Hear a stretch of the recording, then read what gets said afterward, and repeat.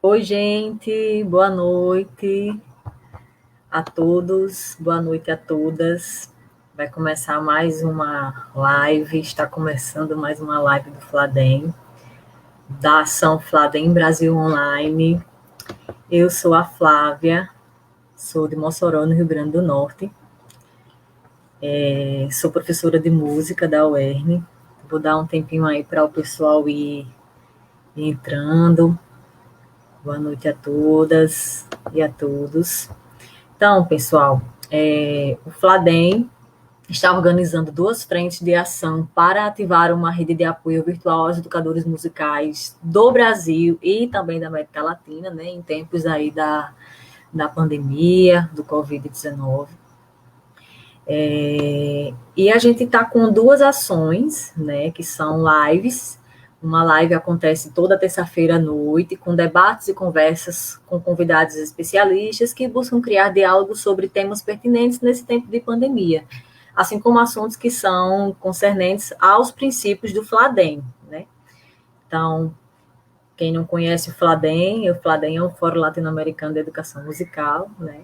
E a gente está com essa ação nas terças-feiras, então toda terça-feira, às 20 horas, na página do Facebook aqui, Fladem Brasil, a gente vai estar promovendo essas lives aí, cada terça com uma temática diferente, com convidados especiais, para estar discutindo aí temas bem legais. E as lives dos sábados também estão acontecendo todos os sábados, e é um pouco diferente, porque tem uma característica de mostras pedagógicas, né, pedagógico musical, de educadores musicais que desejam compartilhar alguma prática especial que tenha realizado no modo virtual. Então, pode ser aulas interativas, que são realizadas ao vivo, que podem ser realizadas ao vivo, ou um vídeo de prática pedagógica musical que já existe, que possa ser compartilhado, né? E assim a gente está criando esse espaço para diálogo e sugestões de plataformas, né? Para esse ensino de música de forma online ou de forma remota, ou enfim, né? De uma forma não presencial. E essas lives estão acontecendo todo sábado, às 10 horas da manhã, também aqui na página do Facebook do Fladem Brasil. Tá? Então, hoje nós temos aí três convidados, duas convidadas e um convidado. Vamos ver aí se eu já consigo chamar. A temática da live de hoje é educação musical, trabalho e música de concerto. Então, a gente vai receber a Antonilde Rosa, a Luciana Requião e o Hudson Lima. Boa noite, sejam bem-vindas e bem-vindo. Boa noite. Boa noite. Oi, Flávia. Opa. Boa noite. A gente vai dar início ao nosso bate-papo de hoje, né? Como eu estava explicando anteriormente, toda terça-feira à noite, o Fladem está organizando aí esses bate-papos, esses debates, né? Com temas diferentes, e a gente tem aprendido muito e compartilhado muita coisa legal, né? E ouvido muito também, visto a participação das pessoas. Não só do Brasil, né, mas dos outros países aí, que são nossos irmãos, nossos irmãos. Então, como eu já me apresentei, né, eu sou professora Flávia, sou professora da UERN, da licenciatura em música, da Universidade do Estado do Rio Grande do Norte. Trabalho com iniciação musical, com estágio, com a educação musical na infância, inclusão. E tenho desenvolvido um trabalho também com extensão, com crianças pequenas, né, de 2 a 7 anos. Essa é a minha praia, é a minha prática na educação musical. E eu tenho aprendido bastante com essas lives, né, tenho lido bastante coisa legal e tenho compartilhado também os debates com outras pessoas, né, e muita gente está contribuindo aí e fortalecendo esse apoio diante da pandemia, né? Infelizmente, a gente está numa situação muito crítica, né, no país. Aí a gente está chegando a quase 380 mil pessoas diagnosticadas com a Covid. Então, assim, é assustadora, né? Mais de 23 mil mortes. E é tenso, né?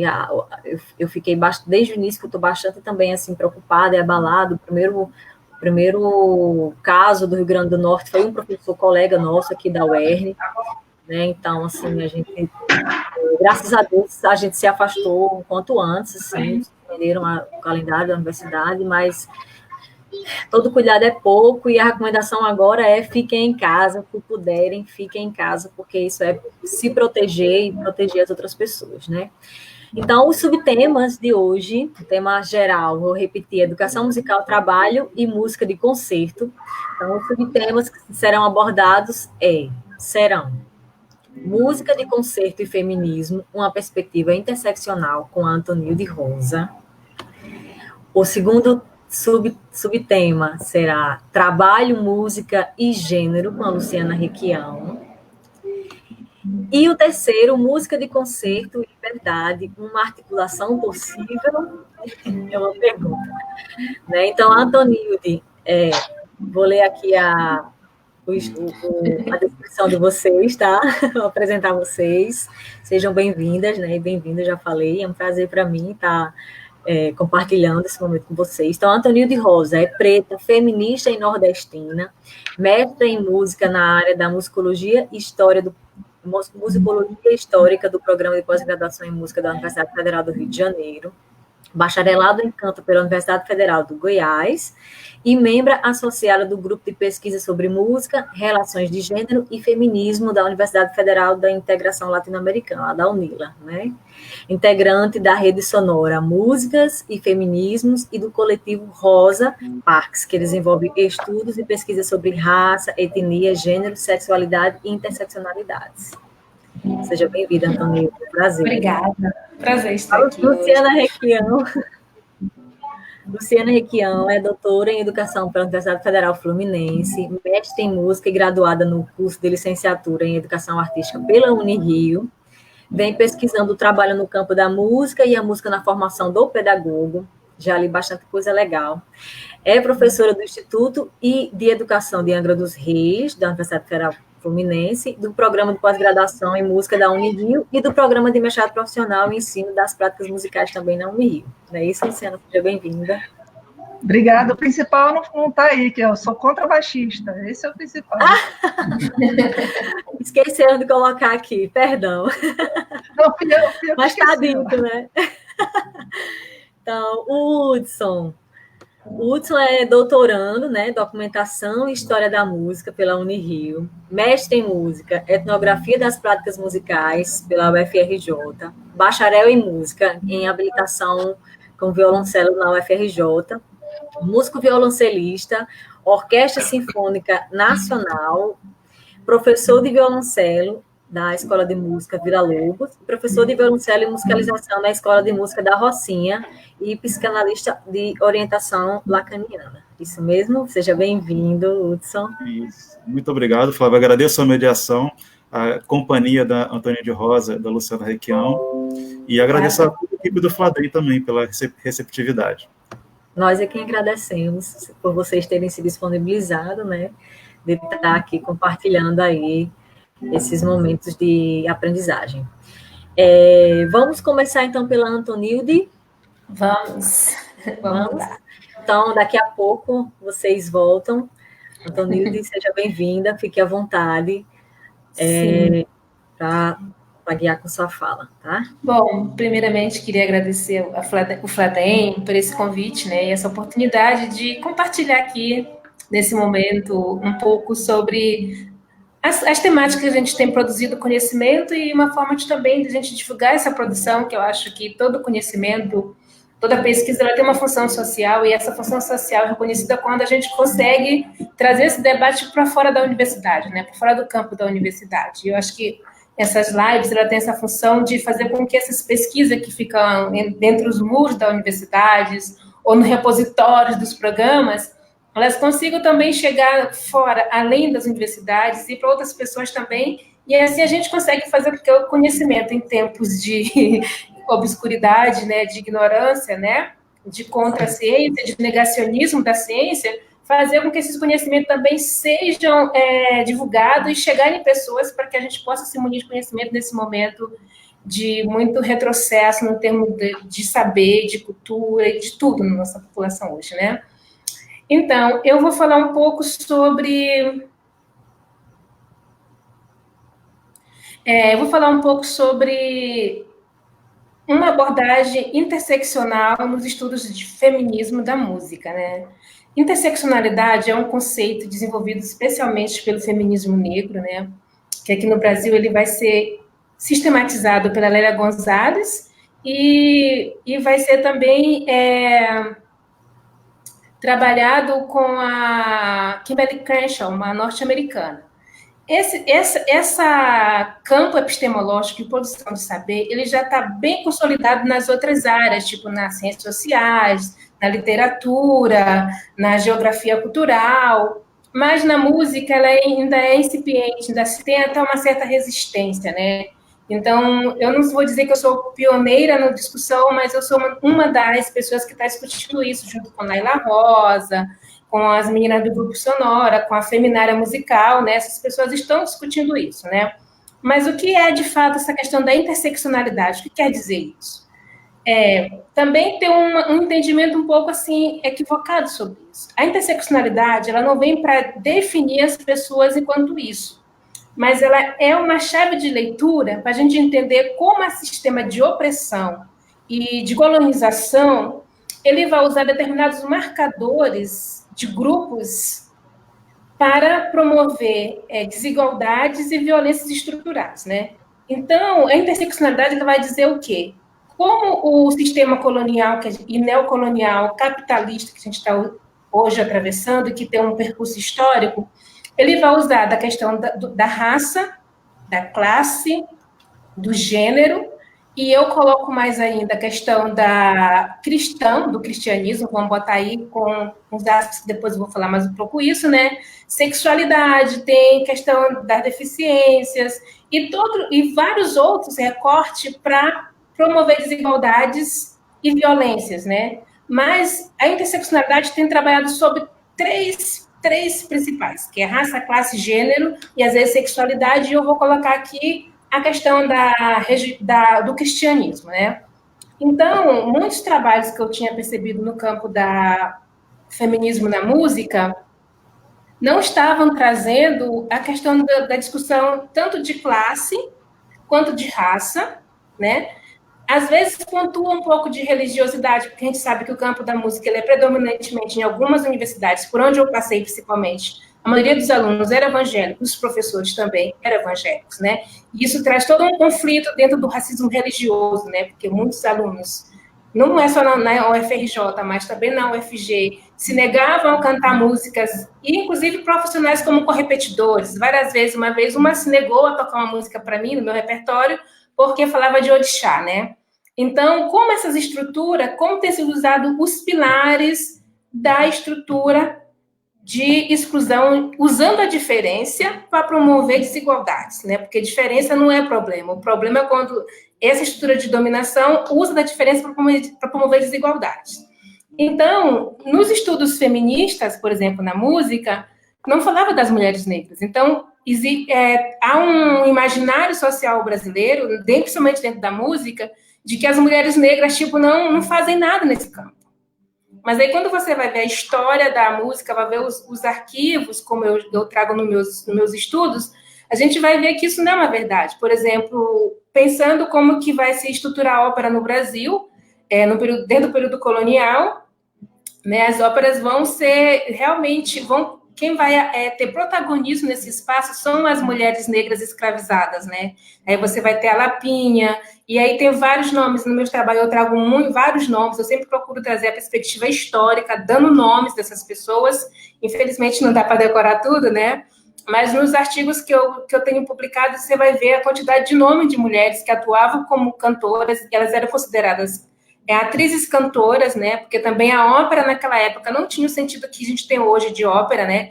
Que é uma dramaturgia totalmente musicada, mas eles faziam teatro musicado, né? Que tinha peça teatral, e em alguns momentos eles traziam, essas cantoras cantavam áreas de óperas tipo europeias, né? Então, como que acontecia isso? Os compositores portugueses traduziam essas áreas da língua, tipo alemã, francesa, italiana, para o português de Portugal, e traziam, porque essas escravizadas já tinham dificuldade com a língua, porque elas não falavam muito bem português, porque elas falavam línguas africanas, né?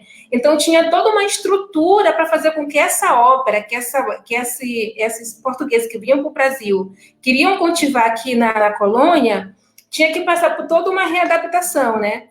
E aí, então, assim, essas escravizadas conseguiam protagonizar essa prática da música clássica, né?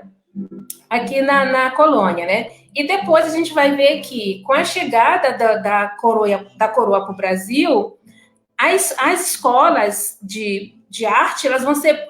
Os primeiros alunos que entram são os musicistas negros, que já vinham da Fazenda Santa Cruz, né? Que já era a formação para os músicos negros assumir esse papel, ou seja... E isso a história oficial não diz, e o estudo feminista também não diz. Isso vai criar um imaginário de que todos nós que chegamos para estudar música clássica no canto, no piano, em qualquer seja o instrumento, vai achar que a gente está caindo de paraquedas e está inventando a roda, né? Porque, na verdade, isso não é. E aí também tem os lugares do racismo nisso, né? Que dizem, né? Que silenciam essas práticas, que não vai ter registro histórico, mesmo que esteja nos arquivos das instituições, mas você não vai ter trabalho para produzir isso e trazer para uma narrativa oficializada. Vai ser narrativa marginalizada, tipo em artigo que você faz uma pesquisazinha, publica, mas ela não entra nas narrativas oficiais, né?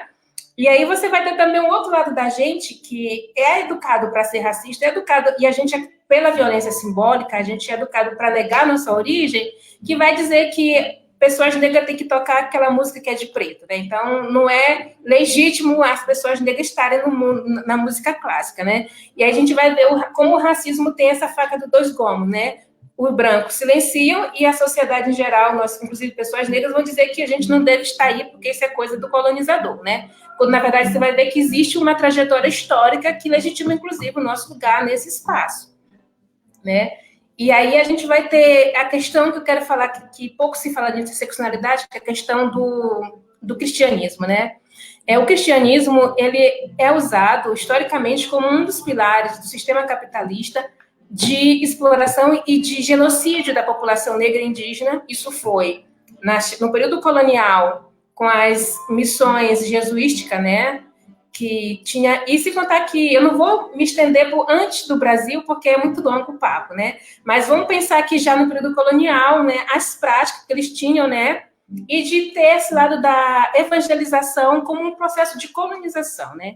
Então, aí eles vão pegar a sua cultura religiosa e vai levar para os indígenas. Aí chegam aqui os escravizados, quando começam a traficar africanos para o Brasil, vão impor isso e, inclusive, vão criar um suposto sincretismo, né, que eu também discuto um pouco sobre isso na minha dissertação de mestrado, né, que sincretismo significa o quê? Junção de duas culturas que vai dar uma terceira. Na verdade, a gente não tem uma terceira. Então, que sincretismo é esse, né? O Monin Sodré chama de sincretismo de segunda classe, porque por mais que se tentou fazer um sincretismo, mas não houve uma terceira coisa. Os orixás nunca se confundiram com os santos católicos, né?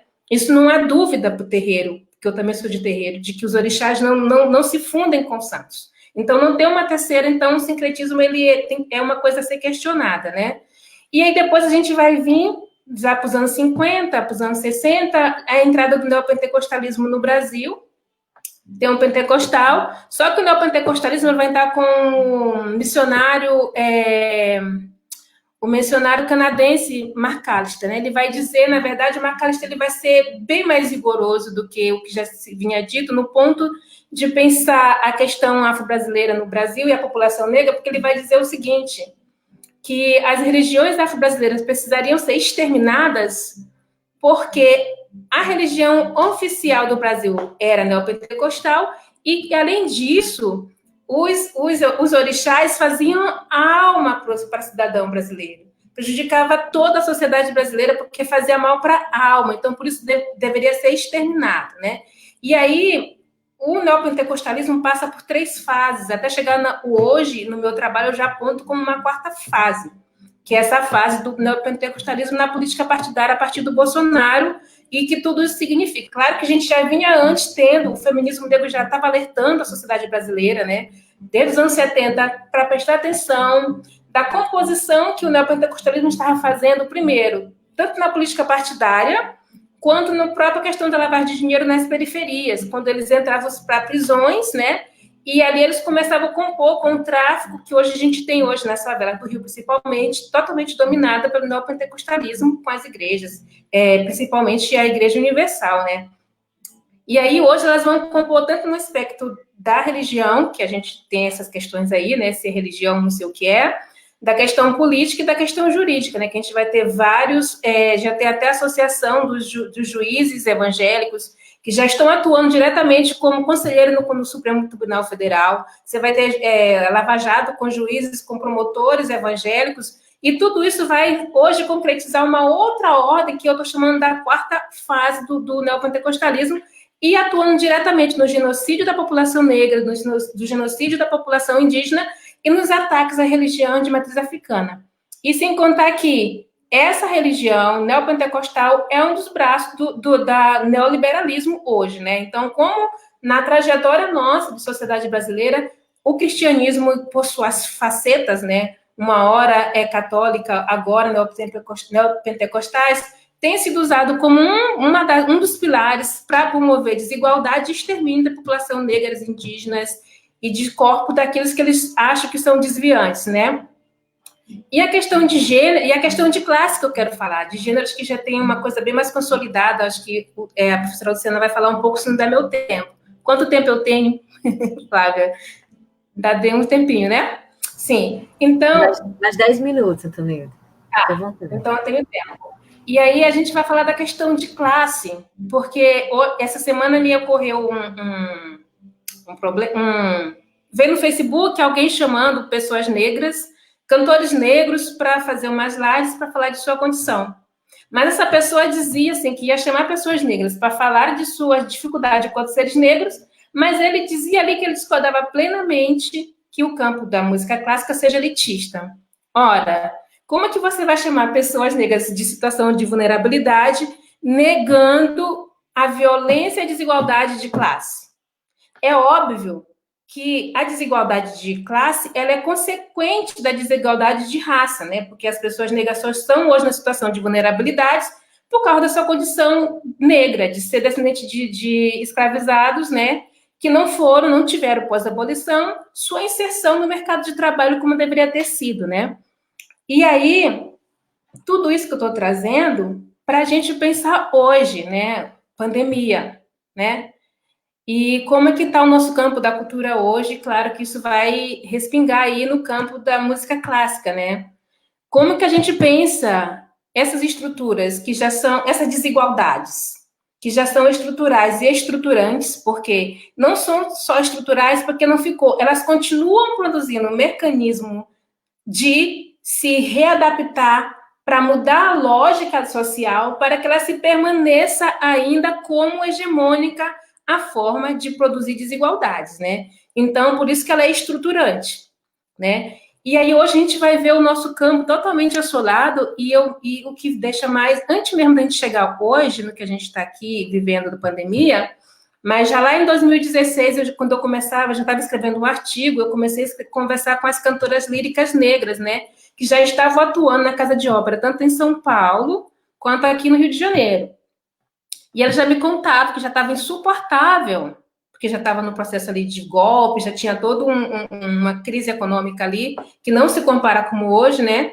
E elas diziam que já estava tendo movimentação lá no Scar do Teatro de botar alunos, né, para não contratar cantoras negras. Então, essas mulheres já estavam indo para o ostracismo muito antes do cenário que a gente está agora, que está indo praticamente todo mundo, né? Ou seja, quando a crise vem, há grupos que são primeiramente afetados, que são muito mais afetados, que se a gente não pensar de forma interseccionalizada e vendo como esses marcadores estruturalmente e estruturante vão reforçar e acirrar essa desigualdade, a gente não vai conseguir chegar na base e discutir realmente pensando um sistema de educação musical, de trabalho também de forma includente e reparando essas desigualdades históricas, porque eu acho que não tem mais lugar, gente. Século XXI, não tem mais lugar no mundo para isso.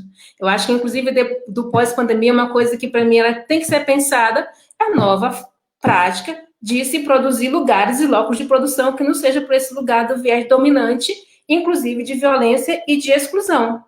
E de grupos muito específicos, né? Que não são qualquer uns que são excluídos, né? Por mais que as pessoas tenham briga ali, não gosto de fulano de tal, mas aquele fulano de tal branco sempre vai ter um lugar para cantar. E o que aconteceu? Essas meninas estão fora do Brasil agora.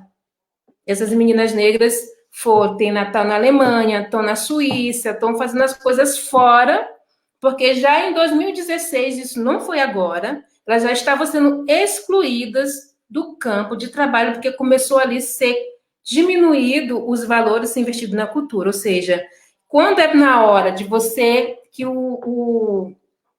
a crise vem, você não vai, os critérios não são feitos pela questão que se diz na música, né, de talento, que inclusive são muito meritocráticos na hora de formar, mas nessa hora de incluir no mercado de trabalho, a meritocracia some. E isso também é um problema que a gente tem que falar de meritocracia, que não existe nenhuma meritocracia, né? A gente tem uma sociedade muito desigual e que não existe meritocracia dentro da desigualdade. Mas na hora de formar, eles sustentam esse discurso, que na verdade não tem base nenhuma, mas quando chega na hora de incluir no mercado de trabalho, esse discurso não aparece. Porque aí eles preferem colocar um aluno de segundo período para entrar para cantar e não colocam uma cantora negra já formada, com carreira internacional, para cantar no lugar. E cadê o mérito? Onde é que fica esse negócio de mérito, né? Então, assim, essas estruturas, elas estão intrinsecamente ligadas e elas não são uma coisa que é desleixadas. O que a gente precisa mostrar é o seguinte: elas são as bases da estrutura de colonização, de neoliberal, e de que os estados usam isso como políticas públicas. E aí é muito interessante o livro do Silvio Almeida, que fala assim, é o livro O que é Racismo Estrutural? Porque ele vai trazer essa discussão dessa desigualdade de raça nas instituições e na política, na economia, porque ele vai separar isso pelo menos em 3 escopos. Um é o individual, né? Que isso tem a ver com o nosso processo de subjetivação, de educação, que a gente aprende na família, com o vizinho, o contexto em que você está inserido e que nossa sociedade ensina, inclusive nas escolas, para a gente reproduzir racismo. Inclusive, nós negras reproduzimos, embora não sejamos racistas, né? E aí, nós vamos ter também, depois, o racismo institucional. Como as instituições partem dessa categoria de raça para construir política. A gente vai ver isso hoje na pandemia. Quem tem acesso a respirador? Hoje, os maiores números de pessoas afetadas são na Zona Sul, né? Mas quem está morrendo mais são pessoas negras que moram na periferia. Porque não tem acesso à saúde, que não consegue pagar R$5.000 no remédio que diminui o impacto do coronavírus que uma pessoa rica tem. Então, os acessos estruturais promovem a desigualdade na formação e no acesso, né?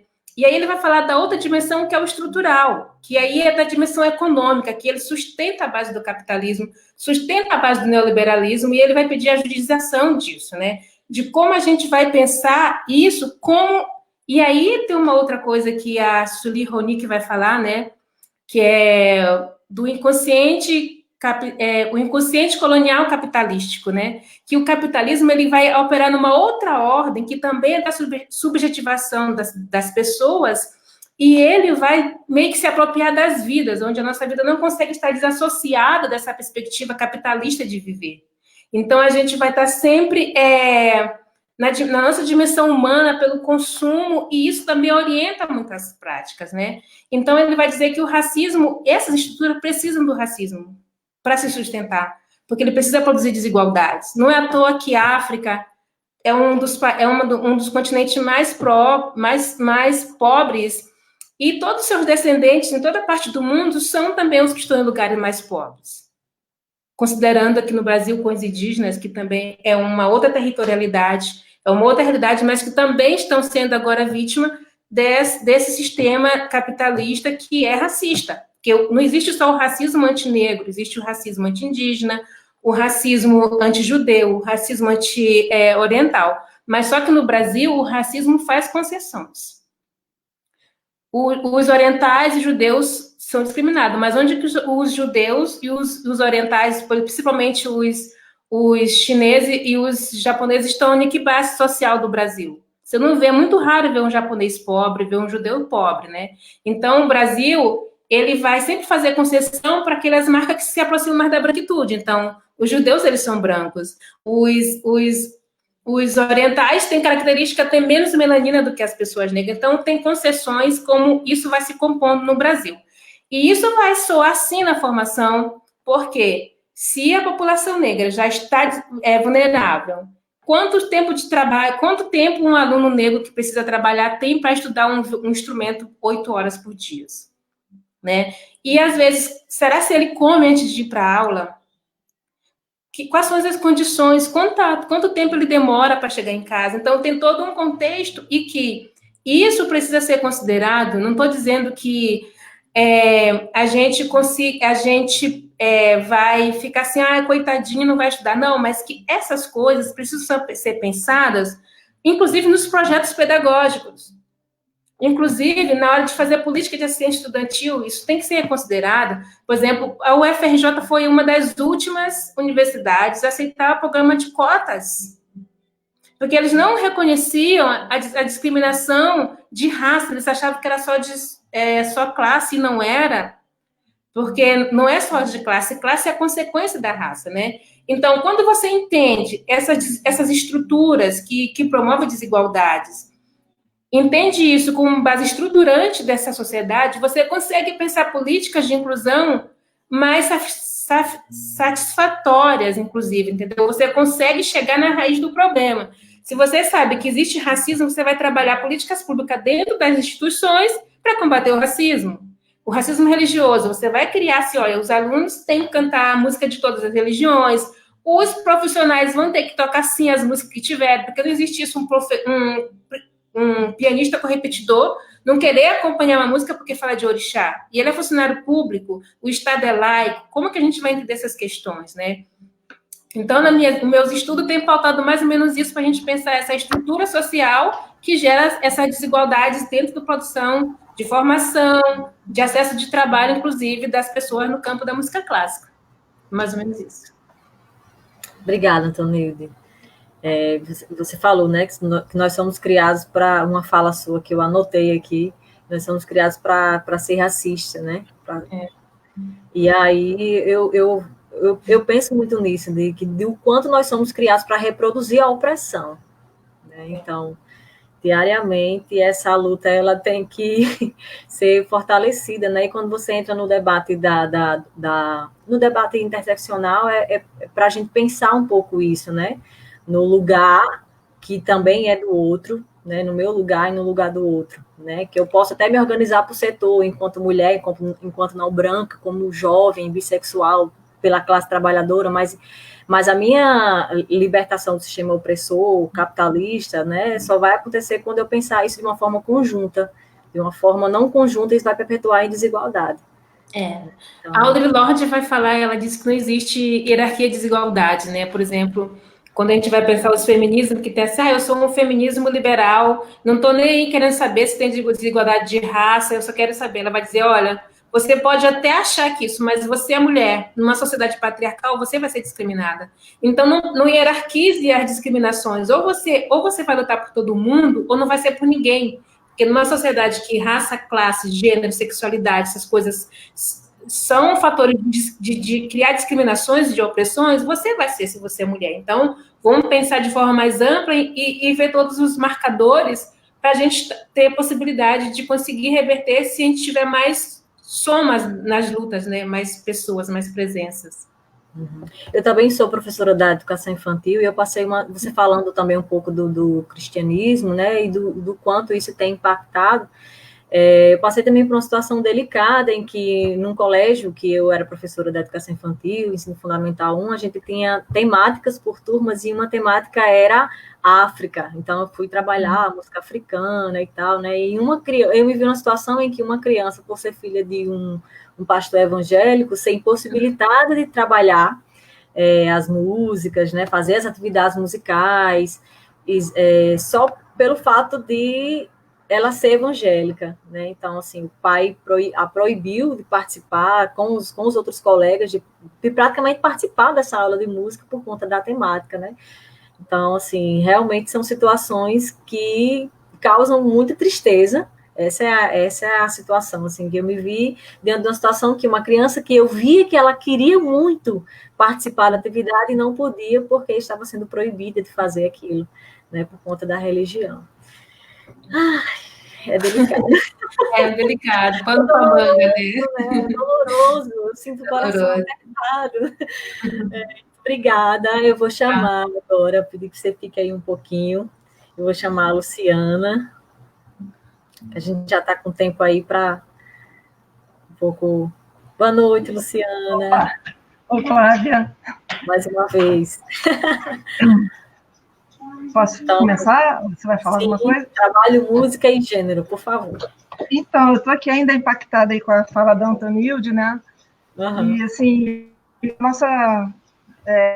nossa preocupação, nossa grande preocupação não é só tentar consertar a verdade, né? Porque, na verdade, ela não é uma sociedade que tem diferença, né? Que tem desigualdade, ela produz desigualdade, ela precisa produzir desigualdade para se manter, né? Então, a gente luta contra uma maré, né? Que não para de vir em nenhum momento, né? Então, assim, a luta ela é bem grande, bem profunda, e, assim, eu acho que a pesquisa ela está muito aí para isso também, né? Porque a gente fica muito confuso nesse contexto, né? Eu acho que lá no final da minha fala, mais especificamente falando sobre essa questão, né? A gente é muito deseducado no nosso processo, né, familiar, e na escola e na própria vida, né? Por mais que eu não queira, por exemplo, ter um filho racista, né, é muito difícil. Meu filho tem 5 anos, ele já apresenta características racistas, porque ele está na vida, né? A maré está vindo, né? Então a gente vai tentando. Então, assim, é uma sociedade realmente bastante complexa. E acho que a pesquisa muito esse sentido, pelo menos para mim, e certamente para a Antonilde, para o Hudson, que vai falar muito esse sentido de tentar, ao menos, para começo de conversa, compreender, né? Compreender a dinâmica, o movimento que a gente seja racista, um movimento que faz com que a música na escola se apresente dessa ou daquela maneira, um movimento que faz com que os professores trabalhem dessa ou daquela maneira, é um movimento que faz o campo de trabalho da música ser dessa ou daquela maneira. Então, eu acho que essa é a grande missão, grande tarefa que a gente tem, né? Eu vou introduzir aqui a fala, antes de entrar mais especificamente nessa questão de trabalho, puxando um pouco o gancho para o boletim, né? Para o boletim que eu escrevi aí para o Fladem, né? Que foi uma situação bem interessante esse ano de 2018, acho que o boletim saiu em 2019, mas que eu tive uma oportunidade assim, ímpar na minha vida até então, que foi participar muito proximamente de 3 eventos que me solicitaram falar sobre a mesma coisa, que é a educação musical, né, que é até o título do boletim, que foi o 2º Seminário Nacional do Fladem Brasil, né, o 11º Encontro Regional Sudeste da ABEM, que foi em São Carlos, e a 3ª Semana de Licenciatura em Música da IF Campus, né? E foi interessante porque, na minha sensação, é que eu como boa geminiana, eu teria dois campos de pesquisa que seriam separados, né? Quando eu fui trabalhar em Angra dos Reis, na UF, na pedagogia, eu precisei entender que era pedagogia, eu precisei entender para quem era esse sujeito que eu estava dando, queria trabalhar, o que era educação infantil. Ainda estou aprendendo, tem 10 anos, não, 11 anos que eu tô lá. Mas eu precisei pesquisar a situação de trabalho que eu vivia, né? Mas, assim, antes disso, né, a minha pesquisa no doutorado, no mestrado e no doutorado, estava muito voltada para a questão do trabalho do músico. Inicialmente do músico-professor, que depois me levou para os músicos que atuavam na Lapa, nós da Lapa, no início aí do século XXI.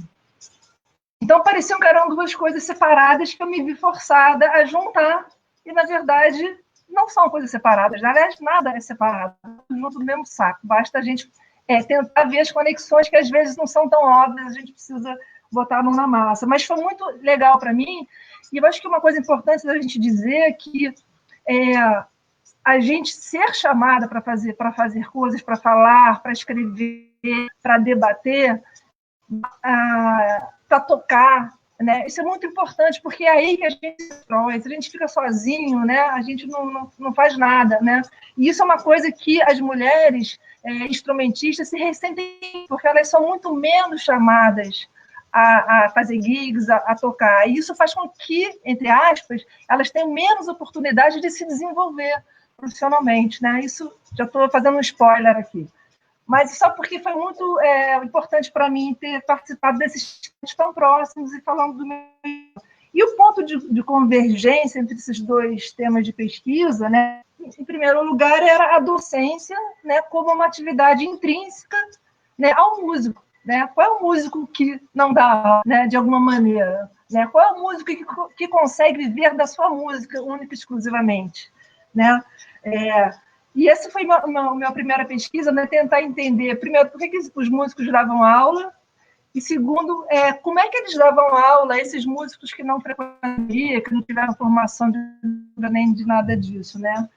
E estudar essa temática, vou a perceber esse perfil de trabalho muito flexível, né? Que não dá para você trabalhar numa coisa só, um ponto sazonal, é intermitente, né? Essa intermitência que as pessoas vivem hoje, nós músicos vivemos isso desde sempre, né? Então, essa necessidade de transitar por vários lugares, vários caminhos, né? Dentro do campo de trabalho, para se sustentar, a docência sendo aquele regular, né? Embora tenha as férias e tem muita escola que não paga, é aquele mais constante, mais regular, entra um aluno, sai um aluno, você consegue mais ou menos ter uma média, né? Então, né, essas coisas ali estão se complementando. E no boletim, eu optei, não só no boletim, nessas falas todas, optei por contestar um texto que foi publicado na ABEM em 2003. E, ao contestar um texto, não significa que eu sou contra a pessoa que escreveu ou que eu acho que não sabe nada disso. Na ciência, isso é importantíssimo, que a gente sempre testando uns aos outros, né? Porque é assim que a coisa anda, né? Então, quando a gente contesta alguma coisa que foi escrita, olha, acho que a coisa não é bem assim, é assim que a coisa anda. E uma vez eu vi o professor Samuel Araújo falar que nós, aqui no Brasil, fazemos muito pouco isso. A gente vai muito pouco lá no texto do outro para tentar dialogar de uma maneira sem ser para dizer, olha, ele pensa igual a mim. Né? A gente faz muito pouco isso, a gente devia fazer mais. O texto de 2003, eu estava 18, ou seja, 15 anos após aquele texto ser escrito, é óbvio que a situação era óbvio que era fácil fazer esse contraponto. Né? Mas tinham duas questões específicas que esse texto tratava. Primeiro, dizia que o século XXI seria promissor para o trabalho no campo da música.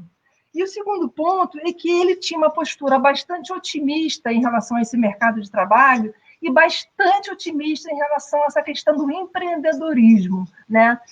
De certa maneira, advogando de uma formação acadêmica, universitária, que preparasse o seu estudante para exercer esse papel de empreendedor, só que com um tom bastante otimista em relação a isso.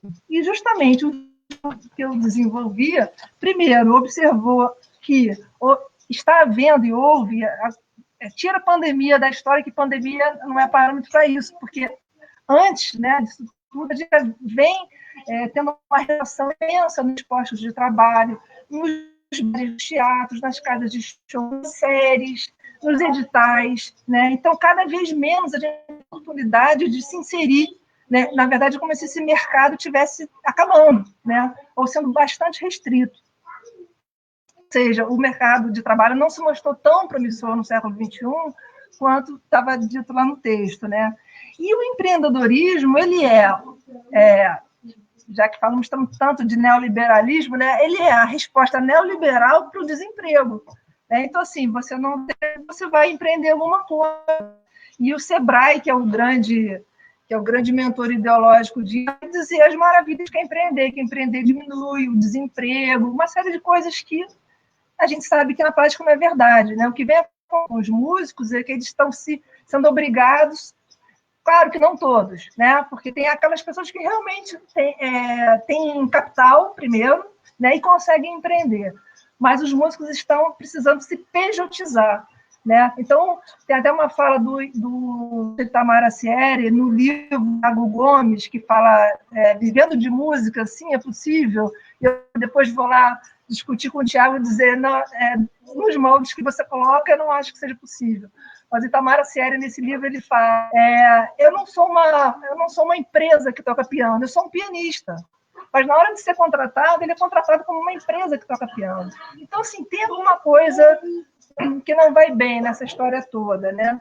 E o que eu tenho sentido, e uma coisa que às vezes eu falo muito, e que é um reflexo muito negativo na nossa vida, talvez o Hudson, que é psicanalista, saiba nos ajudar nisso, mas tem um sentimento de impotência, um sentimento de incompetência, um sentimento de...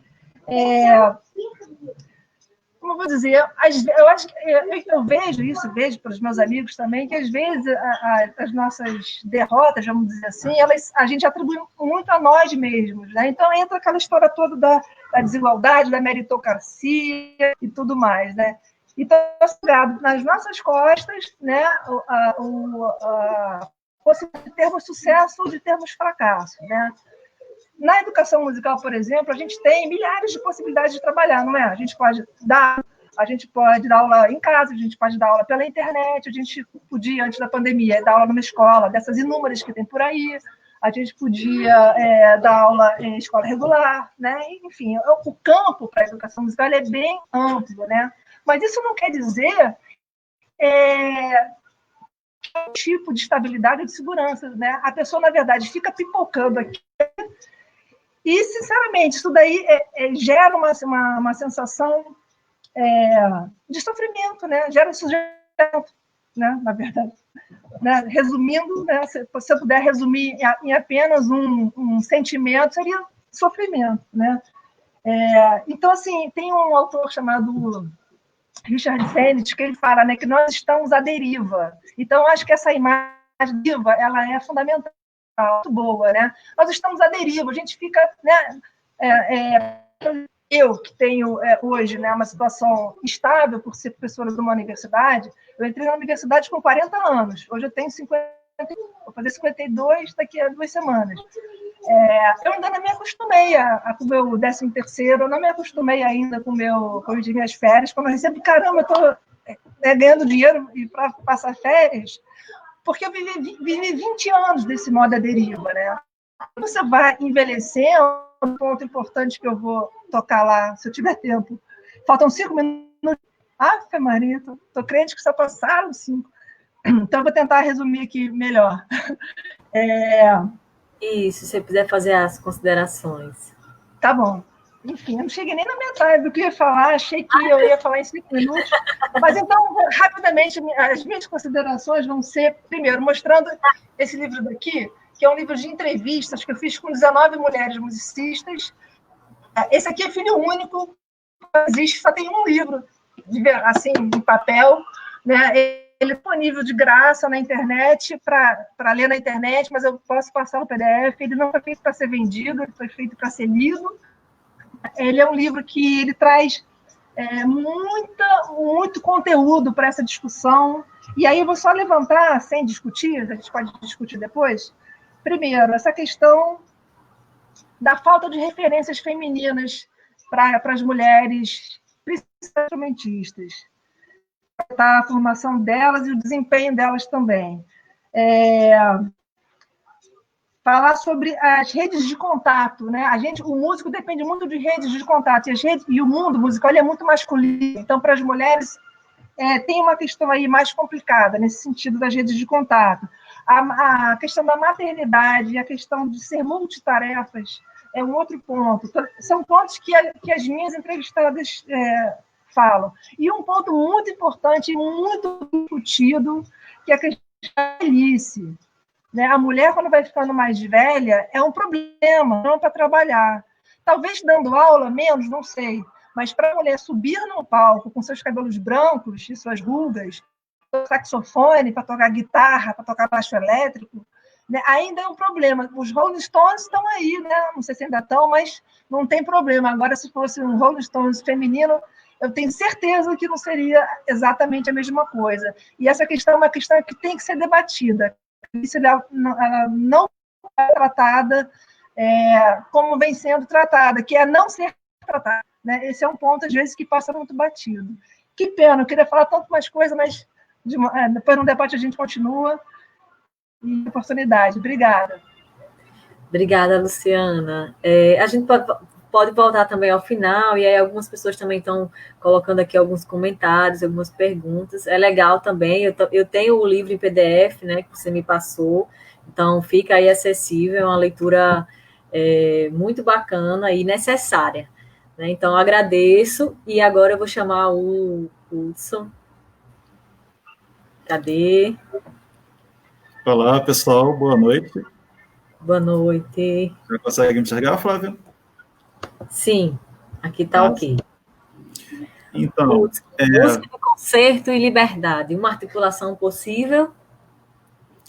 É uma pergunta, né? Eu parto um pouco da minha posição também de psicanalista para fazer a pergunta através de um senso de pesquisa, né? Uma das coisas que me chamou a atenção, assim, eu já toco em orquestra sinfônica há 22 anos. Eu comecei a tocar em orquestra sinfônica muito cedo. E eu achava que todo mundo sabia o que era uma orquestra sinfônica. Quando eu falava para as pessoas, olha, eu toco numa orquestra sinfônica. As pessoas perguntavam, o que é isso? Como funciona? E eu tinha que explicar que era um agrupamento de pessoas que se reuniam para fazer músicas, com naipes diferentes, instrumentos diferentes. E isso tudo acabava, de certa forma, também me fazendo uma questão. O que é um músico dentro de uma orquestra sinfônica? Quando eu comecei a tocar num grupo profissional como esse, assim, eu sentei na minha cadeira para abrir a partitura e um músico que estava ao meu lado falou assim, olha, isso aqui é sensacional, mas eu já estou doido para me aposentar. E aí ele falou de aposentadoria, assim, era o meu primeiro ensaio numa orquestra profissional e aquilo, de certa forma, já mexeu comigo. Eu queria entender como que, para mim, pelo menos naquele lugar de prazer, que era um lugar de prazer, até hoje, alguém poderia estar insatisfeito naquela posição. E a minha pesquisa, assim, o grande escopo da minha pesquisa são sobre as relações de poder na música de concerto. Eu queria entender de que forma o músico compreende aquelas relações entre os pares e também como ele lida com as hierarquias presentes na orquestra sinfônica. E a gente trata o termo música como se fosse um termo também apreensível e fácil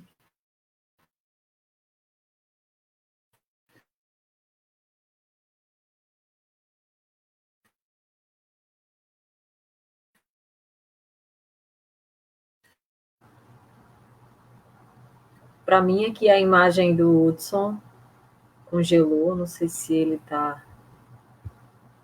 Se houve algum probleminha.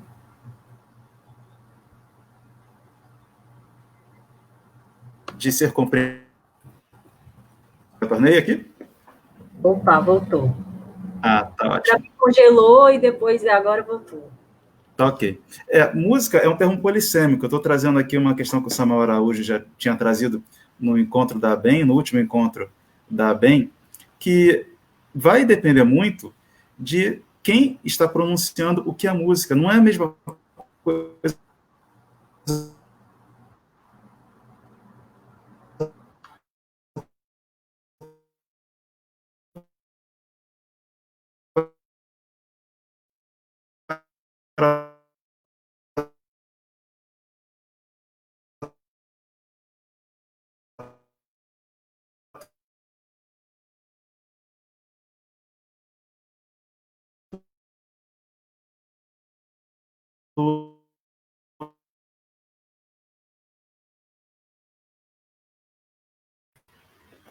Pronto, retornei. Então, dependendo do lugar de onde se pronuncia orquestra sinfônica, também é importante a gente entender de que modo esse agrupamento ele é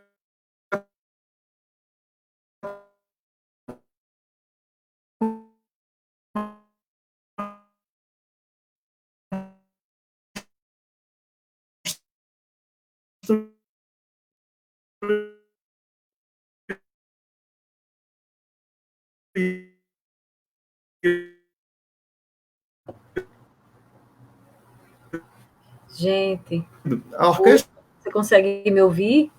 Pronto, agora retornei. Ficou picotando para mim, deve estar com algum probleminha também com a conexão, porque ficou falhando, aí sumiu, apareceu de novo.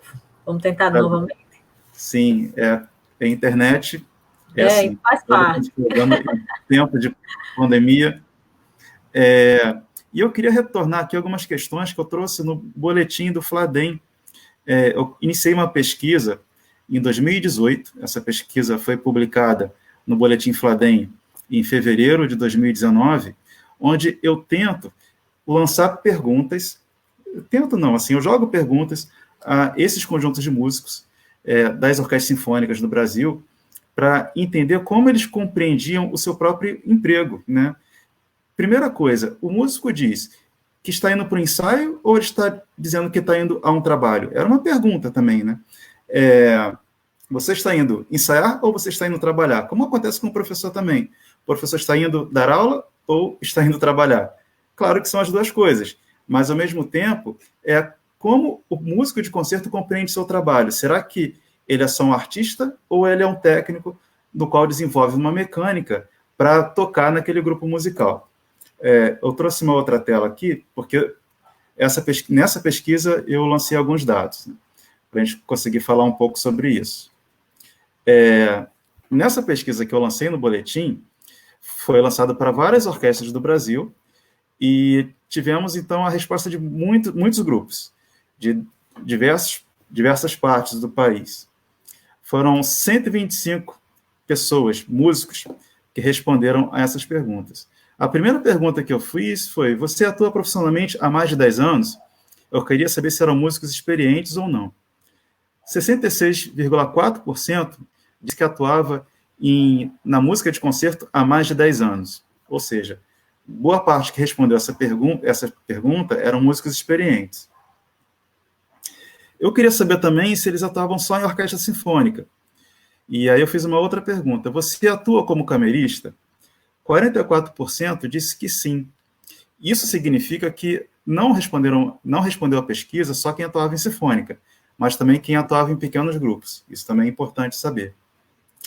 E aí vem essa pergunta, que eu acho que é uma pergunta central, assim, para a gente entender como era o desenvolvimento dessa música de concerto antes do Covid, né? Como você se sente em relação à sua atividade profissional? Muito insatisfeito? Satisfeito? Indiferente? Pouco satisfeito? Insatisfeito? Prefiro não responder. Aqueles que estavam pouco satisfeitos foram 28,8%. E insatisfeitos, 22,4%. Eu considero que é um número muito alto para quem atua no campo da música de concerto. E aí, de onde veio essa insatisfação? É difícil saber até hoje, né, se a gente não consegue construir dados sobre isso. Mas uma pergunta que eu tentei levantar foi: você tem liberdade de escolher o repertório que apresenta em público nas orquestras que participa? E aí, 71,2% disse que não tinha liberdade para escolher o repertório. Em qual naipe você está representado? Qual instrumento você toca? A grande maioria que respondeu esse questionário, 60,8%, eram das cordas. Então, talvez a gente até consiga traçar um certo perfil de que músico é esse que atua nas orquestras. A grande maioria está ali no naipe das cordas. O que será que isso quer dizer para a gente, né? Caso toque profissionalmente em orquestra, está satisfeito com os repertórios que executa? Sim, só 27,2%. Então, a gente pensa, bom, em uma orquestra sinfônica, você tem ali em torno de 70, 80 pessoas. E aí você faz uma pergunta como essa, e 27,2% está insatisfeito com o repertório que executa, que interpreta, e eu acho que isso é grave para a gente pensar, né, de que estamos ali construindo grupos musicais de pessoas insatisfeitas com aquela atividade artística. Se hoje você pudesse mudar de profissão, escolheria outra? E aí, sim, 20% das pessoas responderam que gostariam de mudar de profissão, estavam insatisfeitas. Certa vez eu encontrei um músico que dizia que a primeira coisa que ele ia fazer quando deixasse de tocar em orquestra era virar astrólogo, porque ele queria saber o que seria do futuro. O futuro foi a pandemia, né? Mudaria de instrumento? Não, 69,6% não mudaria de instrumento. Isso é muito interessante também, porque quando você entra numa sinfônica, raramente vão ter sujeitos dentro da própria sinfônica que conseguem mudar de instrumento. Geralmente, quando consegue mudar, é do violino para a viola. Mas eu que entro como violoncelista, raramente vou conseguir ir para aquela orquestra tocando oboé, por exemplo, mudar de ocupação. E eu fico pensando o seguinte, né? Será que essa dificuldade também de você conseguir construir outras identidades enquanto músico, isso também não seria um vetor de insatisfação desses sujeitos? Em sua percepção, o público da música de concerto aumentou? Eu não coloquei ali um período histórico, mas a grande maioria, 59,2%, disse que não, que teve a percepção de que esse público não se ampliou, que esse público permaneceu o mesmo. Então, por que também nós não estamos construindo novas pessoas que possam participar daquela atividade? Até que ponto a música de concerto também não está distanciada da comunidade ao qual ela quer agregar? Acredita ser possível aumentar ou diminuir o público com mudança de repertório? 82,4% disseram que sim, que era possível aumentar esse público mudando o repertório. E aí vem uma pergunta também muito importante para a gente entender a saúde desse músico. Já sofreu alguma lesão por esforço repetitivo em decorrência da atividade profissional enquanto músico? Sim, 58,4%. 58,4% já tiveram algum incômodo, alguma questão física que o impedisse de tocar. Você é líder de naipe? Ou seja, aquele músico que representa um naipe? Sim, 24,8%. A grande maioria não exercia cargo de liderança. Você já pertenceu a alguma comissão artística? Ou seja, a comissão artística seria aquele grupo capaz de decidir o repertório, capaz de decidir o destino daquela instituição. 70,4% disseram que não pertenceram à comissão artística. Então, você vê que o processo de decisão ele está ali voltado para um grupo muito pequeno dessas pessoas, né? Voltando aqui. Você é maestro? 84% disse que não. Então, boa parte que responde essa pesquisa não é maestro. E aí também uma outra questão. Dos 125 participantes, 58 relataram assédio moral e 21 participantes relataram assédio sexual. A gente sempre pensa nesses grupos como grupos idílicos, né? Instituições que não podem carregar problemas das relações humanas, e aí você enxerga, por exemplo, que num questionário como esse, 58 pessoas relatam o assédio moral, né? É interessante para a gente pensar também. 88,8% dos entrevistados já lecionaram música. Ou seja, esse músico de orquestra, ele também atua em outros campos, inclusive na educação. Isso é muito importante a gente estar ciente também, que esses sujeitos, eles costumam atuar como professores, eles também estão ali no campo da educação. E que educação eles querem fornecer para esses músicos, né, que estão ali entrando no conservatório, se eles mesmos estão insatisfeitos com a prática que eles exercem. 63,2% já atuaram em projetos sociais ligados à música. 38,4% dos entrevistados disseram que já consumiram algum fármaco para tocar em público.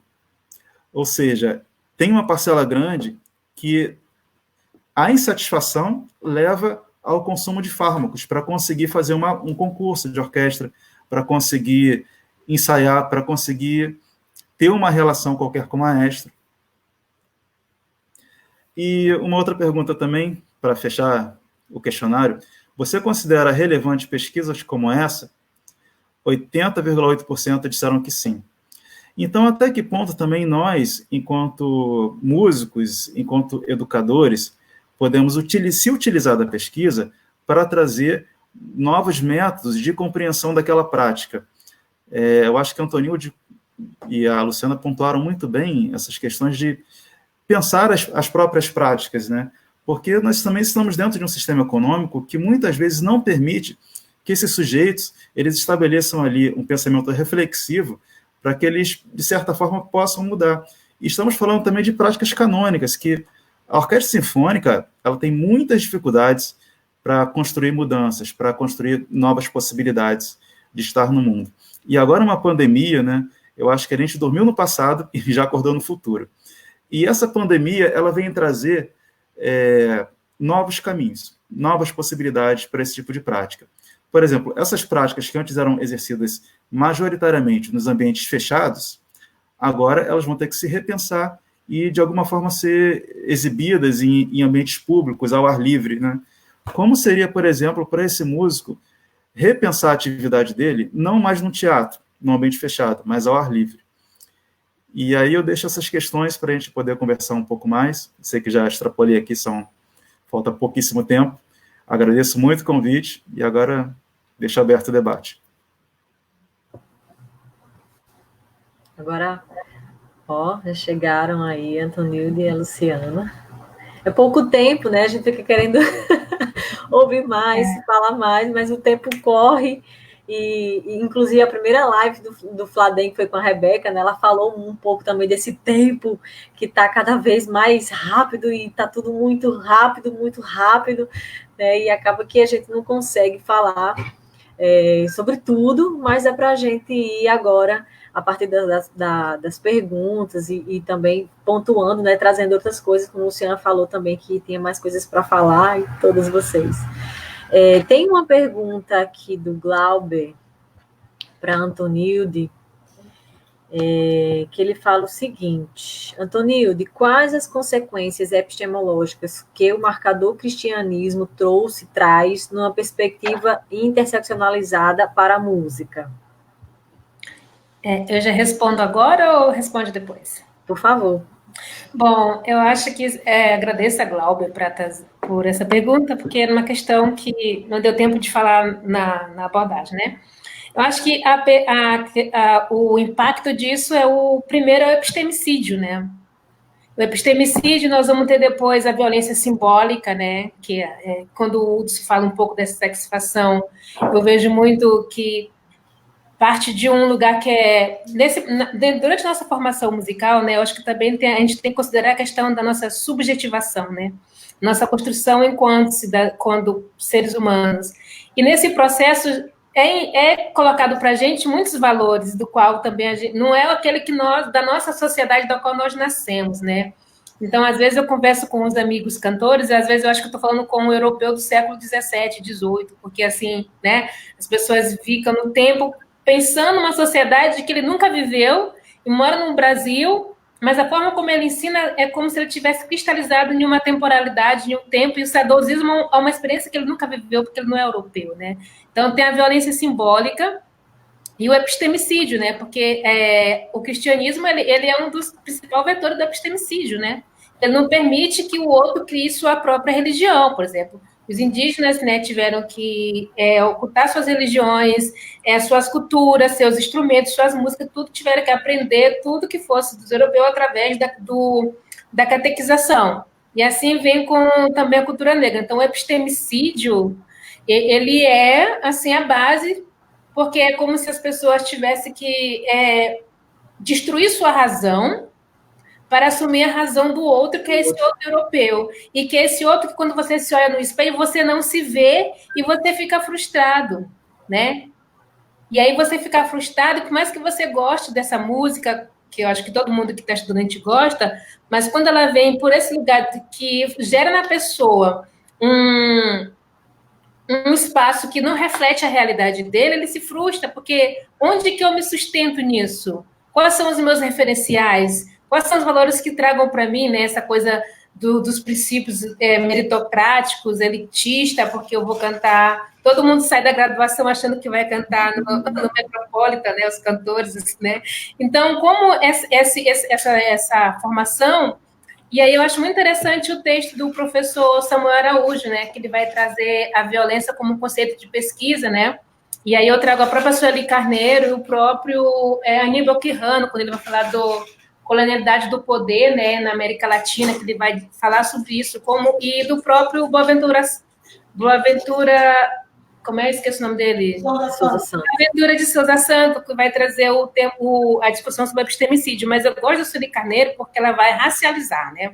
Ele vai falar de uma forma mais ampla, ele não vai trazer questões específicas da questão negra, da questão indígena, né? E a Sueli Carneiro ela vai ampliar, que ela vai dizer que, na verdade, o epistemicídio traz isso, faz com que, para a gente poder, inclusive, destruir o epistemicídio, a gente tem que destruir a nossa própria razão, porque ela já foi tão atravessada pela visão colonial, eurocêntrica, ocidentalizada, que a gente também tem que destruir a nossa razão, que já está ocidentalizada, para construir outra epistemes, né? E também o epistemicídio musical, que não aceita, por exemplo, no canto, os compositores brasileiros que a gente canta, eles entram como apêndice, né? Então, você estuda 90% do repertório europeu, e aí você vai estudar 10, 5% ali, e você canta se der tempo de cantar nas provas, nas coisas. Você não é predominante, né? Então, eu acho que o cristianismo ele traz esse impacto, porque na história ele foi aquela instituição que ficou responsável pela produção de conhecimento, então ele foi destruindo tudo enquanto a conhecimento que fosse diferente do seu, porque a própria cultura europeia ela não dialoga com a diferença, né? Ela elimina a diferença, né? Então, eu acho que esse é o principal impacto. Não sei se respondi, acho que depois eu falo com o Glauber se respondi. Tem uma pergunta aqui para a Luciana, também do Glauber. Ele fala, Luciana, olha, a dona da casa ou o dono da casa chegou aí, né, Luciano? Ele fala o seguinte, considerando a já precarização do trabalho do músico antes da pandemia, quais suas impressões de uma pesquisadora geminiana sobre o trabalho do músico no pós-pandemia? Bom, Glauber, eu não sou astróloga, né? Saber disso, mas a gente vê o seguinte, bom, eu estou usando uma pesquisa coordenada pela Clara Sandrone, justamente é um questionário para o Brasil todo, a gente poder tentar entender o que mudou e o que as pessoas estão pensando aí para frente, mas a gente ainda não botou questionário aí no mundo e não teve retorno ainda disso para poder ter alguma noção disso, né? Mas, assim, eu fico ouvindo muito essa palavra do reinventar, precisamos nos reinventar. Eu estou com ódio mortal dessa palavra, porque antes da pandemia, eu escrevi um texto que vai agora na revista Opus, que o subtítulo dela é Entre o Reinventar-se e o Sair da Caixa. Estou antenada, antes da pandemia, né? Mas por quê? Porque os relatórios da Firjan, que mostram a cultura, a indústria criativa, com uma coisa hiper, mega, ultra próspera e que com números, com cifras maravilhosas, né? Mesmo a cultura estando ainda se segurando, mesmo com a economia ruim, né? E a cultura ainda é um setor que se segura lá em cima, estava apontando que nós, na cultura, precisamos nos reinventar. Isso antes da pandemia, né? E eu estou tentando entender o que é esse reinventar, né? Esse reinventar é empreender, aquelas coisas todas que eu falei um pouquinho anteriormente. E agora, recentemente, eu li uma entrevista do Nando Reis, ele falando que reinventar o quê? Isso aí a gente já faz desde sempre, né? Então, assim, o que nós estamos fazendo, de certa forma, é o que a gente sempre fez, né? Tentar buscar as brechas, né? Buscar as novidades, buscar os meios de conseguir trabalhar, né? Porque os meios tradicionais, as orquestras, né? Os teatros locais, né? Que eram destinados à música e tal, essas coisas todas, ou se não estão acabando, ou então estão numa situação lamentável para o trabalho, né? Muito precarizado, que você, na verdade, a relação ela tende a se inverter, você não é mais é que nem acontece com o Uber, né? O Uber é maravilhoso, ele tem dois clientes, né? O cliente e o coisa cliente. Com música é a mesma coisa, quando ele vai trabalhar, ele, na verdade, ele é o cliente, né? Ele está, digamos, alugando o espaço, ele está em parceria com uma falsa parceria, né? Esse reinventar, a gente já está acostumado, eu acho que é o que vai continuar acontecendo. Agora, eu sou um pouco pessimista, e eu até escrevi um texto em 2017 que chama A Morte ou Quase Morte do Músico como um Trabalhador Autônomo.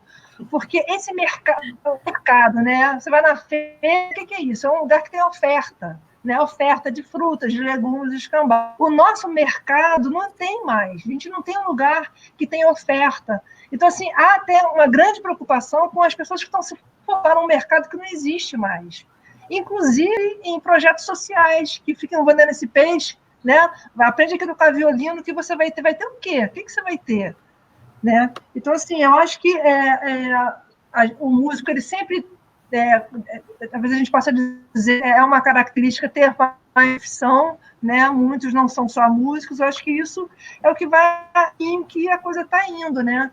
Os que são empreendedores, porque tem capital para isso, né? Ou porque tiveram uma sacação, que aí uma coisa tipo o Silvio Santos, né, que era camelô e virou Silvio Santos, aí você não pode generalizar isso, né? Então, fora esses, né, os produtores, o pessoal que trabalha com festivais, né? Mas, assim, aquele músico que tem seu instrumentinho nas costas, esse daí, infelizmente, eu não vejo, do jeito que a coisa está, um mercado em que ele possa viver daquele trabalho, né? Agora, de subsidiar, né? O que a gente quer, né? Que a arte seja subsidiada, porque como é que a gente pode fazer um trabalho artístico, criativo, pensando que ele tem que ter um mercado de compra e venda, né? Que a gente não possa fazer livremente. Então, hoje, a universidade ainda é um lugar que a gente consegue criar, ainda né? A gente está sob forte ameaça. Mas, realmente, Glauber, eu não vejo um futuro muito promissor, infelizmente. Eu acho que a gente tem que ver muito esse jogo que é uma coisa a longo prazo, até de conscientização, porque quando o MEI foi... A categoria músico foi tirada do MEI, né? Os músicos, né, começaram a ficar revoltados com isso, né? Não, porque, na verdade, se a forma de contratar agora é via MEI, se o cara não tem MEI, complica para o lado dele, né? Mas a gente precisa pensar nisso, a gente precisa pensar nessa questão, né? Porque quando a gente é MEI, a gente é empresário, e como empresário a gente não é classe, né? Indo no tema lá da Antônia, não somos uma classe de trabalhador da música, somos empresários, cada um com o seu negócio, né? Isso daí é muito ruim para a gente, né? Então, o que eu vejo é um futuro que a gente precisa pensar. Obrigada, Luciana. Tem um comentário aqui do Eduardo que direciona para o Hudson, que ele fala assim: meu caro Hudson, sua pesquisa vai trazer frutos, visto a quantidade de gente do meio em que está insatisfeita e quer mudança. Essa coisa de tocar no teatro ou não, para começar, não existem teatros nas periferias. Até mesmo os teatros públicos não estão disponíveis nem para as escolas da mesma rede pública. Acho que temos que fazer os dois movimentos, trazer o povo para o teatro físico e levar orquestras e outros grupos artísticos para as ruas, para a periferia. Então, Eduardo, eu penso que a questão da formação, ela também é muito importante, porque não basta só você construir teatros, mas também pensar a formação desse músico. Por exemplo, eu até conversei com a Antonilde sobre a questão de como esse músico ele chega a uma universidade, de como ele chega a um curso de música e quem ele encontra por lá. Muitas vezes esse professor, esse docente, ele vai dizer que esse músico ele vai tocar num ambiente fechado, com uma acústica perfeita, com a idealização da escuta, com pessoas que vão escutar em silêncio, não vai passar nenhum caminhão ao lado do teatro, e esse teatro tem uma acústica perfeita, e esse som não vai vazar. Então, antes da gente conseguir sequer falar da interpretação em um local, a gente também tem que falar da formação, porque esse músico ele não vai encontrar um ambiente ideal, né, entre aspas, para exercer a arte musical dele, a arte sonora. E vamos ter que repensar, por exemplo, a questão do músico de rua. Hoje o músico de rua, aquele sujeito que está ali tocando sozinho na praça, ele está muito mais adequado para um contexto de pandemia do que o músico que toca num teatro. E será que esse sujeito que passou pela formação conservatorial, por essa formação da universidade, será que ele tem a consciência de que aquele valor do sujeito que toca na rua é igual ou maior do que quem toca no teatro? A gente vai ter que rever preconceitos também, que são formados durante esse processo de formação. Até os nossos próprios discursos, né, do toca bem, toca mal. Então, aquele sujeito que toca em ambientes que não são salas preparadas para música de concerto, aquele sujeito, de repente, é o que toca mal, enquanto aquele sujeito que está numa orquestra profissional que toca bem. Teremos que rever esses discursos e reconstruir a nossa formação. Ok. Algumas pessoas estão perguntando aqui do livro da Luciana, o título, né? Trabalho, música e gênero. A gente pode estar aí comentando, colocando o link também para acesso, ó, já foi colocado lá para baixar, está disponível, é gratuito, né? Então as pessoas podem estar acessando aí. Bom, gente, eu acho que é isso, a gente pode ir para as considerações, se vocês, né, não puderem ir finalizando aí, fazer mais alguma fala para a gente finalizar a noite de hoje. Eu já quero agradecer, né, pela disponibilidade, mais uma vez, de vocês, né, por esse bate-papo. É muito importante a gente estar discutindo, né? Houve uma fala também da Antonilde, né, em que muitas dessas questões não são discutidas nas licenciaturas, enfim, nas graduações, nos cursos de ensino superior, né, e é real, né, eu sou formada na UERN também, e na grade curricular, no meu tempo, não tinha nenhuma disciplina que pudesse estar discutindo questão de trabalho, né, questão de gênero, enfim. Nem, inclusive a própria música de concerto, né? Então, assim, a gente precisa, sim, estar discutindo, estar trazendo essas temáticas, né? E estar discutindo abertamente, com a participação do público, para que a gente possa ampliar aí a nossa visão e ver o nosso lugar de fala, o lugar de fala do outro, né? E estar debatendo, sim, essas temáticas. Vamos, então, fazer as considerações. Fiquem à vontade aí para quem quiser começar. Pode ser pela ordem também. Ou pode ser a ordem inversa, pode começar com o Hudson. Não, tudo bem, não tem problema. Então, finalizar assim, alguma coisa da fala, não deu tempo de falar isso, então vou terminar abordando tal coisa, vocês fiquem à vontade, a gente já está com o tempo 1h e 20 minutos, mas sabe, tem trava e volta, né? Cai e volta, então é isso mesmo. Eu acho que foi num tempo legal, assim. Bom, sim. Eu queria... então o Hudson começa. Sim. Primeiro, assim, dar um recado a todos os mantenedores das orquestras sinfônicas do Brasil. A gente precisa se aproximar da educação. Esse terreno aqui de você sentar e você poder conversar com educadores, você poder reconhecer os discursos envolvidos nesse processo educacional, é muito rico para todos nós. Então, eu acho que as orquestras hoje, elas precisam conversar muito mais com as escolas, frequentar escolas, saber quais as demandas existentes, como a música vai parar nesses espaços educacionais.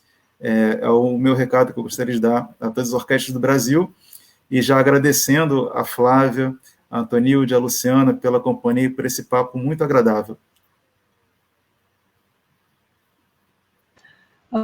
Né, na ordem. Bom, também agradecer muito. Eu estava super nervosa, assim, mas é um nervoso gostoso, um nervoso de quando você vai para uma festa, sabe? Estou achando bem legal essa forma de comunicação, né? Só para dar uma informação, o livro ele não tem como baixar lá naquele endereço, só tem como você ver lá, porque a plataforma eu teria que pagar para poder disponibilizar o download. Mas eu deixei lá meu e-mail, na descrição tem meu envio PDF para quem quiser, para isso mesmo, para liberar geral. E só para falar duas coisinhas que não deu tempo, mas que eu acho importante, e que tem a ver com essa questão da educação, né? Eu acho que a gente tem que ser educado, né? Ser educado para as questões feministas, ser educado para as questões de qualquer questão de opressão, né, na verdade, né? Mas, assim, eu tive muita dificuldade de encontrar mulheres acima de 50 anos de idade gig, né, na vida. Eu precisava desse perfil porque eu queria traçar um caminho de grandes transformações no mundo do trabalho, né? Então, a pessoa tinha que ter pelo menos 30 anos de trabalho e estar em atividade. Eu tive uma dificuldade, eu quis muito sair dos meus conhecimentos, assim, que tentei mais para outros lugares, sair da Zona Sul, dessa coisa Zona Sul do Rio de Janeiro e centro, mas foi muito difícil encontrar mulheres na lida com mais de 50 anos. As minhas caras, elas vai de 45 anos até 80, e é muito interessante perceber na fala delas o quanto que a gente, e eu me incluo nisso, né, não percebia, você não percebia o machismo que nos afetava diariamente nas nossas relações de trabalho, na questão da oportunidade de trabalho, da falta de oportunidade de trabalho. Ninguém percebia isso, a gente viveu isso, né, na carne, no osso, e não percebeu. Então, esse movimento, junto com o Antonio, a Laila Rosa, é muito importante, essa nova geração que está trazendo essa questão, está nos educando, né? Nós estamos sendo educadas por vocês, porque eu só fui começar a perceber várias dessas questões e mencionar depois dos 40 anos, muito velha já, né? Então, assim, mas precisei disso, e foi através de um coletivo de mulheres chamado Primavera das Mulheres, em um trabalho de mulheres, foi ali que eu fui educada a isso, né? E é muito ruim quando você percebe isso, né? A primeira impressão é uma coisa muito... Você se sente mal quando você fala, cara, eu sou racista, caramba, eu sou machista, essas coisas todas, e começa a perceber como é que você foi criada, as coisas que você, por mais que você se ache uma pessoa moderninha para frentex, né? Não é questão disso, né? Então, assim, agradeço muito a vocês e deixo essa questão aí da educação como a única salvação da nossa pátria. É isso aí. Bom, eu queria agradecer a oportunidade, né, de estar aqui dividindo hoje esse papo com a professora Luciana, com o Hudson. Já ouvi falar muito da professora Luciana, porque as meninas da Primavera das Mulheres falam muito, a Marcela Velon, que é minha amiga, né? E eu também conheci porque você orientou a Mônica Ávila, que é minha amiga também, a gente fez disciplina no mestrado, na época eu estava fazendo mestrado, né? E... Ela tá aqui. Eu vou comprar esse livro para mim, vou ler, ainda não tive acesso nele, só tem de graça, tá? Então, melhor ainda, né? Eu digo assim, bandido bom hoje é quem está fazendo PDF e disponibilizando na rede para a gente ter acesso ao livro, né? Então, essa possibilidade de troca, né, de ver também dentro da universidade as pessoas com quem também a gente pode dialogar de alguma forma, até para buscar uma rede de construção que acho que a gente precisa fortalecer, né? Então, foi muito importante conhecer o trabalho da professora Luciana, que eu não tinha conhecido. O Hudson a gente já dialogou, mas também não conhecia ainda o trabalho do Hudson, que não dá para a gente ler também todo mundo, né? Infelizmente, né? Então, esses encontros possibilitam que a gente vai conhecendo um trabalho um do outro e a gente vai dialogando. E eu acho que a professora Sônia Raia até falou alguma coisa aqui, né? De que a gente precisa debater sobre os trabalhos, conhecer, né? Então, acho que essas lives têm possibilitado isso, né? O debate sobre interseccionalidade é uma coisa muito grande. Quando a Flávia me mandou uma mensagem perguntando se tinha uma coisa para ler, eu falei, não leia, porque só a discussão de interseccionalidade é muito grande, porque a gente, como você vai trazendo essas discussões para pensar em estrutura, para a gente poder se entender.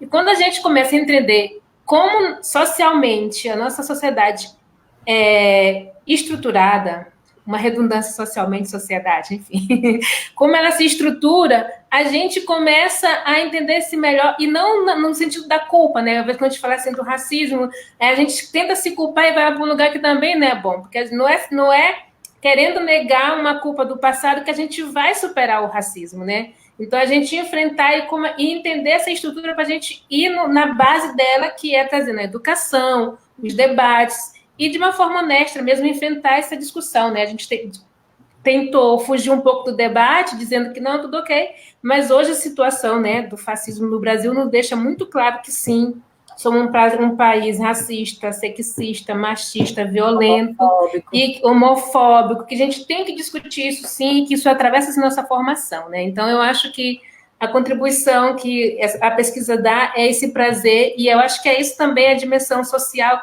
que a pesquisa ganha, né? E só tenho a agradecer por esse momento hoje, que foi muito importante também trocar um pouco com vocês aqui hoje. Bom, gente, agradeço mais uma vez.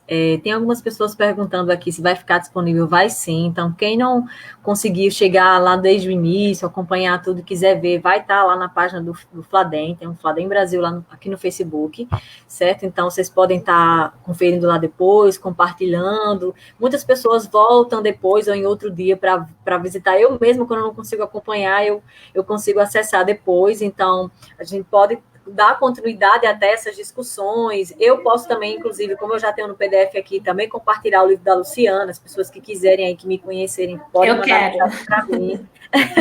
E aí eu posso estar compartilhando. Eu já enviei assim para um bocado de gente, né? Mas eu acho que é isso mesmo, a gente tem que compartilhar, né?